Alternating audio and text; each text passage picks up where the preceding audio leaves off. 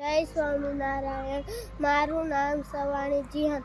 હું અક્ષર નોલેજ વેલીમાં અભ્યાસ કરું છું. શરીરની ઇન્દ્રિયો થકી જ મનુષ્યને ઠંડી, ગરમી, બીજા ઘણા બધા અનુભવ થાય છે. એક વિદ્યાર્થી દરરોજ 6 કે 7 માઇલ ચાલીને અભ્યાસ કરે, ઉપવાસ કરે, કાખ બલાઈની પીડા સહન કરીને, પીડાદાયક સારવાર પણ કરીને, કરકસરથી પોતાનું જીવન વિતાવી, પોતાનું ધ્યેય પ્રાપ્ત કર્યું. કોણ છે આ સહનશીલ વિદ્યાર્થી? તમને ખબર છે? એ છે આપણા સરદાર વલ્લભભાઈ પટેલ. તેમના પિતાનું નામ ઝવેરભાઈ, તેમની માતાનું નામ લાડબા, તેમનું મૂળ વતન કરમસદ. તેમના પિતા ખેડૂત હતા. તેમના મા સહનશીલતા, સ્વયંતા જેવા ગુણો બાળપણથી જ હતા. તેમણે ગાંધીજી સાથે જોડાઈને સત્યાગ્રહ કર્યો અને ભારતમાં સ્વતંત્રતા અપાવી.